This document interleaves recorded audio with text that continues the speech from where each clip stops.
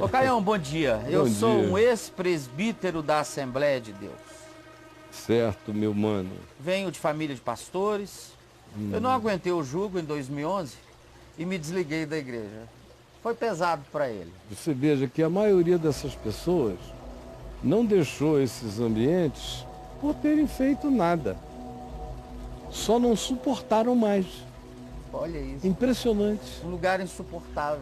Tem gente que foi mandada embora Ah, porque comeu a mulher do próximo. Tem que ser coisa assim, se roubar, mentir. tem que comer alguém. Tem que ser comer canibal. errado. Tem que Tem que comer cometer um ato de antropofagia fraterna, Exatamente. não é? Aí Topofagia de membro. para ser mandado embora. Mas são poucos. A maioria que fala aqui com a gente diz: eu não aguentei de sair. Olha, é muito difícil, porque você ser criado, o pai pastor, a família toda, tem toda uma história de afeto vinculada. Mas é que o negócio foi ficando tão ruim, tão ruim, tão ruim, que se o pai dele tivesse a idade dele hoje, e a energia dele hoje, provavelmente o pai também teria feito a mesma coisa. Teria saído. Porque eu conheci todo esse povo, e mesmo os que eram ignorantes, todavia eram sinceros.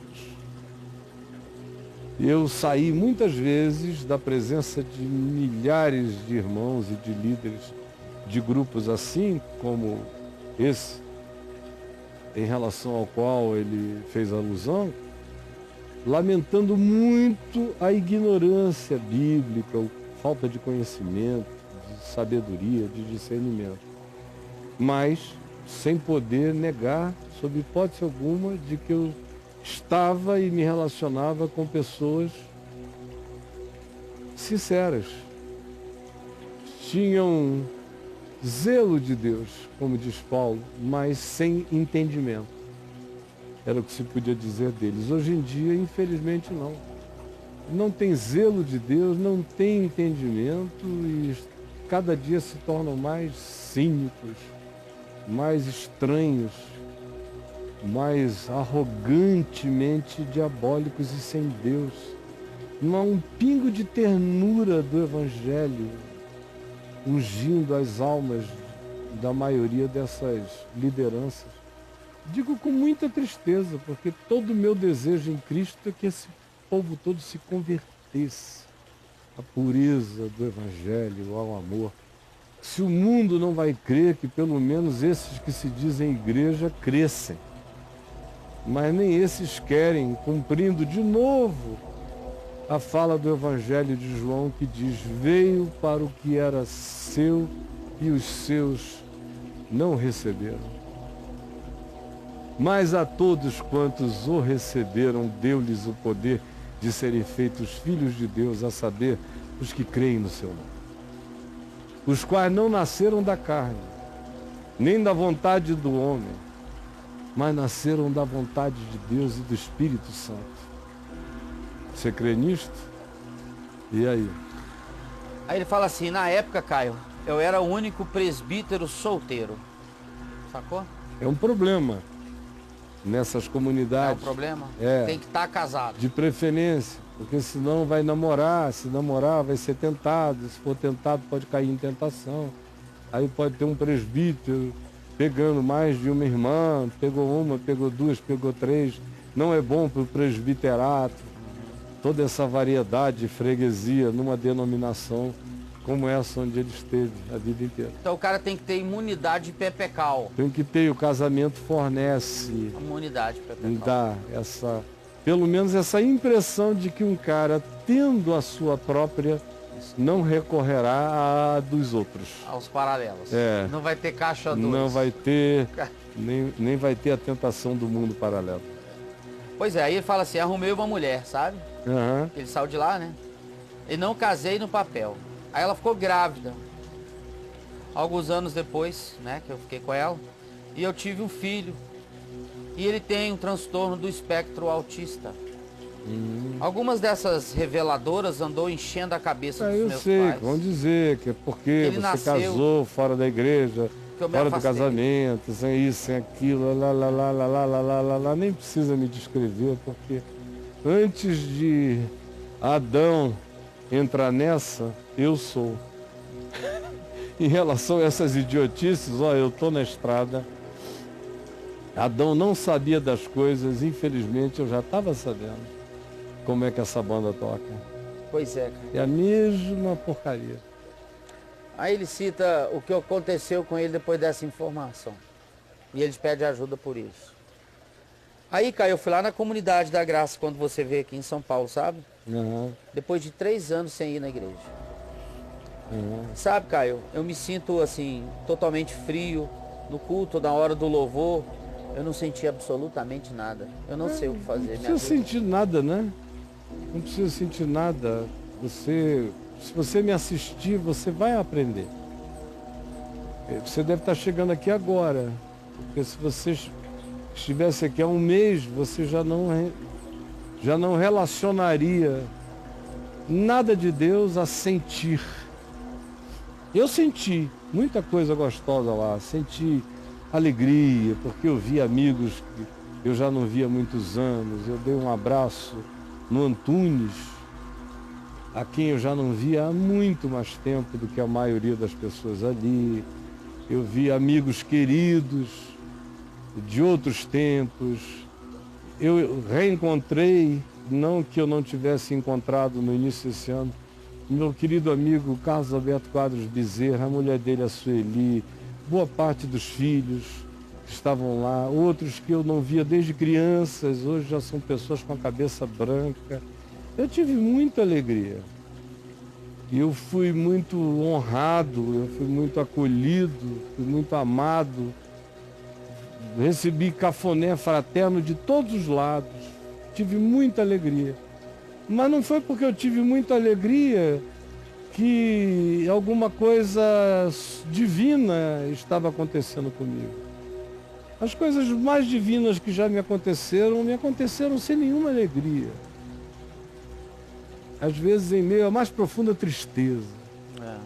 As constatações mais esmagadoras contra mim me trouxeram as maiores transformações que a minha vida precisava. Agora, você era crente de igreja, presbítero, de uma igreja emotiva, uma igreja emocional, uma igreja emo, onde o Espírito Santo só está presente quando o cara se arrepia. Deus só está muito presente se você falar uma língua que você não entende, para você ver como a espiritualidade do lugar não tem nada a ver com razão, nada a ver com crer, tem a ver só com emoção e com sentir, com sensação. É uma igreja de sensação, uma doutrina de sensação, que cria crentes de emoção. E que vão a um lugar e ouvem uma palavra maravilhosa da verdade, mas porque não sentiram nada, nada aconteceu. Teve muita gente ali que explodiu, não é pelo que sentiu, mas pelo que ouviu e pelo que deu razão em tendo ouvido. E aí o coração se aqueceu, não de emoção, mas de uma convicção enraizada.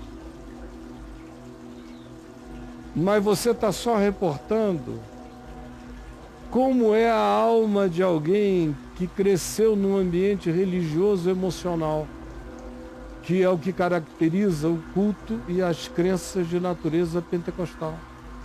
São cultos emocionais para pessoas que passam a andar pela emoção, pelo sentimento, pela sensação, pelo mistério, mas sem fé, sem raiz, sem aprenderem a serem de Deus no dia mau, sem aprenderem a poder tudo naquele que os fortalece, tendo muito ou tendo nada, sendo honrados ou sendo esmagados, sem nenhuma relação a ver com emoção, todavia caminhando contra a esperança, se necessário for, e quando a gente anda contra a esperança não há nenhuma emoção em favor.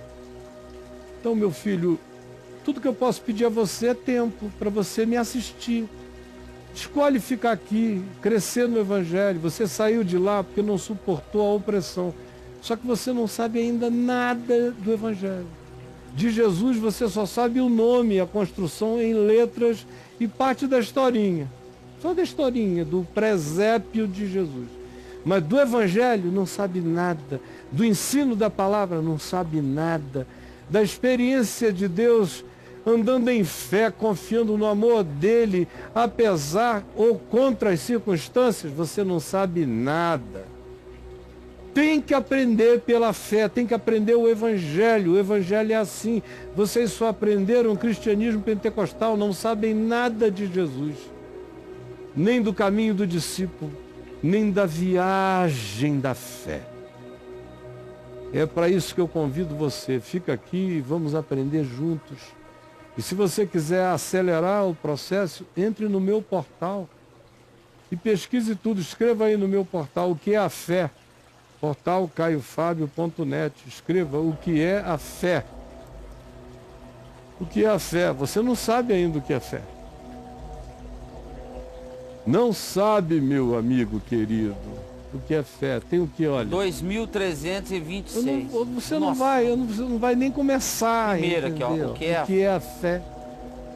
Então, por favor, vamos começar de onde a vida começa. E se você quiser, vá pesquisando aí nessa minha lupinha. O justo viverá pela fé. Ou se você quiser, você bota fé versus emoção. Talvez diminua bastante a procura para ele. Mas o grande problema aqui, como a maior parte das pessoas que vão chegando são de origem pentecostal, vem todo mundo emocional para cá. Todo mundo vem emo. Não senti nada. Não senti Deus, parei de sentir Deus. A Deus me deixou porque eu não estou sentindo. Acho que o Espírito Santo me abandonou porque eu nunca mais senti um arrepio. São cultos emo, de gente emocional. E a vida não é emo. A emoção que a vida te dá é muito cacete no lombo, muita dor, como Jesus disse. No mundo tereis emoções, aflições. Emoções. Viu aí? Vi, tá aqui. Então ó, joga para lá, corta lá. Eu coloquei o justo viverá pela fé. Deu tá? quanto? Deu 414. Já é um bocado, né? Eu coloquei fé e emoção, ok? Aí deu aqui, ó, quando a emoção trabalha contra a fé, parte 1, parte 2, é um papo de graça. Isso. 2011, parte 3, tá vendo? Tá tudo aí. Tá tudo aí para você crescer, meu filho. Maravilha. Vá lá, por favor, tá bom? Beijão. E aí? Aí é o seguinte, uma coisa que eu observei aqui na sua fala com ele, Caio, que eu preciso falar isso para você, é que é o que mais me choca na minha vida aqui nesse lugar, nesse quintal aqui, é que você está falando para um cara que ele não entende nada de evangelho. E cresceu na igreja. E ele vem de família de pastores, a frase dele, venho de família de pastores. E daí? E o Kiko? Olha só que loucura isso, cara. E o Kiko, mas é assim que é. É a síndrome de Nazaré. Como é que pode?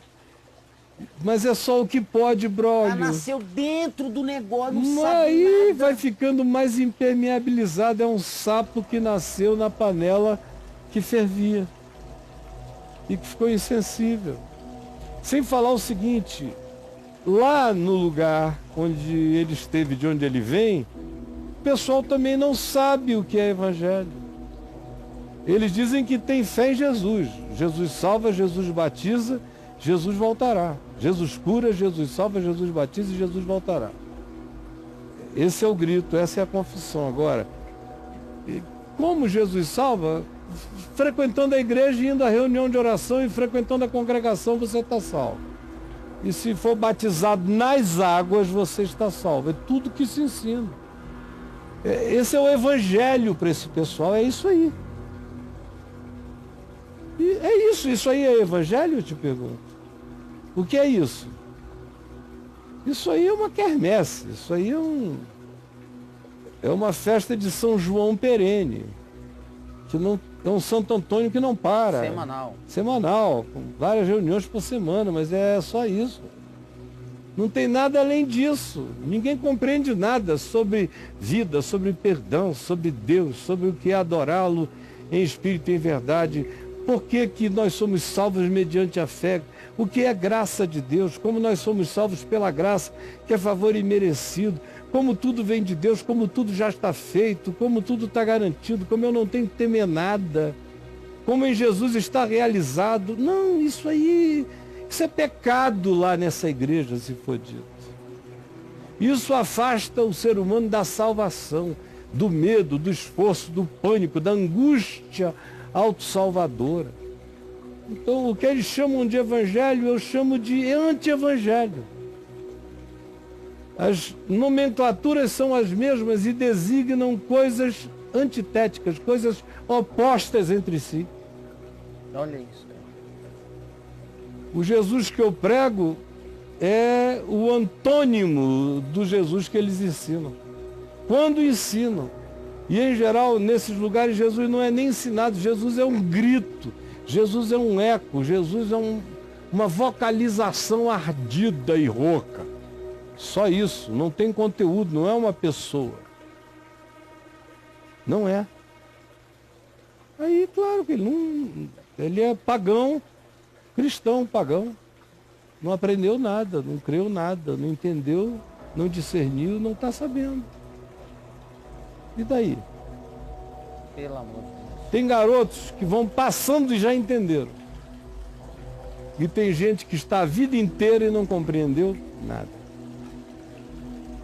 E quanto mais religioso o indivíduo seja, mais tendente à obturação mental e espiritual ele fica.